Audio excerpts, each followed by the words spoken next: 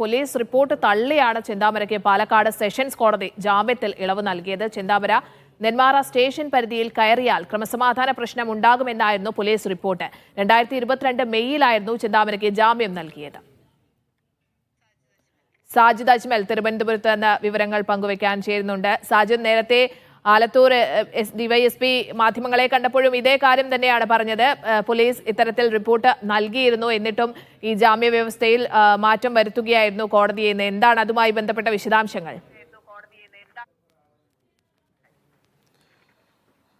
സ്നേഹ, ഈ സജിത എന്ന ഇന്ന് കൊല്ലപ്പെട്ട ഈ സുധാകരന്റെ ഭാര്യയെ കൊലപ്പെടുത്തിയതിനാണ് ജയിലിൽ ഈ ചെന്താമര കിടന്നിരുന്നത്. തുടർന്ന് 2022 മെയ് 24 കോടതി ജാമ്യം നൽകുന്നത്. ഇതിൽ മൂന്നാമത്തെ ഉപാധിയായി കോടതി പ്രത്യേകമായി പറഞ്ഞിരുന്നത് ഈ നെന്മാറ പോലീസ് സ്റ്റേഷൻ പരിധിയിൽ ഈ പ്രതിയായ ചെന്താമര ഒരു കാരണവശാലും പ്രവേശിക്കരുത് എന്നുള്ളതാണ്. എന്നാൽ ഈ ജാമ്യത്തിൽ ഇറങ്ങിയതിന് ശേഷം ഈ ചെന്താമര അഭിഭാഷകൻ മുഖേന കോടതിയെ സമീപിക്കുകയും താനൊരു ഡ്രൈവറാണ്, ജോലി ആവശ്യാർത്ഥം തനിക്ക് നിരന്തരം നെന്മാറയിൽ പോകേണ്ടതുണ്ട്, അതുകൊണ്ട് അതിന് അനുമതി നൽകണം എന്ന് ആവശ്യപ്പെട്ടു.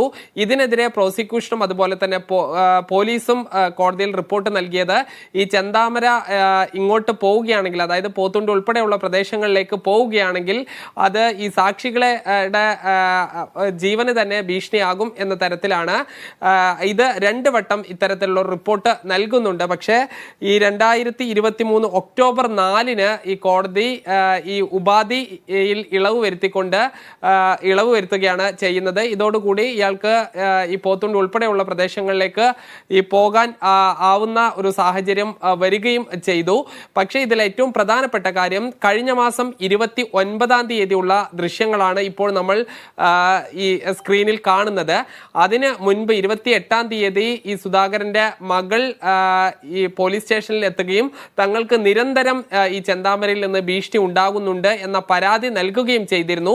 ഇതേ തുടർന്നാണ് ചെന്താമരയെ നെന്മാറ പോലീസ് സ്റ്റേഷനിലേക്ക് വിളിച്ചു വരുത്തുന്നത്. എന്നാൽ പോലീസ് സ്റ്റേഷന്റെ അകത്തേക്ക് കയറാൻ ഇയാൾ തയ്യാറായില്ല. തുടർന്ന് SHO പുറത്ത് വന്ന് ഈ സംസാരിക്കുകയായിരുന്നു എന്നുള്ളതാണ്. ഈ സമയത്ത് തന്നെ ഇത്തരം ഒരു ഭീഷണി നിലനിൽക്കുന്നുണ്ട്. ഈ ഒരു കൊലക്കേസിലെ പ്രതിയാണ്. ആ കൊലപാതകം നടത്തിയ വ്യക്തി ഈ കുടുംബത്തെ നിരന്തരം ഭീഷണിപ്പെടുത്തുന്നു എന്നൊരു കത്തോ ഇല്ലെങ്കിൽ ഒരു റിപ്പോർട്ടോ കോടതിയിൽ സമർപ്പിച്ചിട്ടില്ല എന്നുള്ളത് വളരെ പ്രധാനപ്പെട്ടതാണ്. ഏതാണ്ട് 1 മാസത്തോളമായി, 3 ആഴ്ച പിന്നിട്ടിരിക്കുന്നു. ഇന്നാണ് ഈ കൊലപാതകം നടന്നത്. അന്ന് തന്നെ ഇത്തരം ഒരു പരാതി ലഭിച്ചിട്ടുണ്ട്. അതിൽ കോടതി ഉചിതമായ നടപടി സ്വീകരിക്കുകയും ഈ ജാമ്യത്തിൽ ഇളവ് നൽകിയ നടപടി റദ്ദാക്കണമെന്ന് ആവശ്യപ്പെട്ടുകൊണ്ട് പോലീസിനെ കോടതിയെ സമീപിക്കാമായിരുന്നു. അത്തരം ഒരു നടപടിയിലേക്ക് പോലീസ് കടന്നിട്ടില്ല എന്നുള്ളത് വളരെ പ്രധാനപ്പെട്ടതാണ്. പോലീസിന്റെ റിപ്പോർട്ട് തള്ളിയാണ് ചെന്താമരയ്ക്ക് ജാമ്യ വ്യവസ്ഥയിൽ ഇളവ് നൽകിയത് എന്നാണ് സാജിദ് അജ്മൽ തിരുവനന്തപുരത്ത് നൽകുന്ന വിവരം.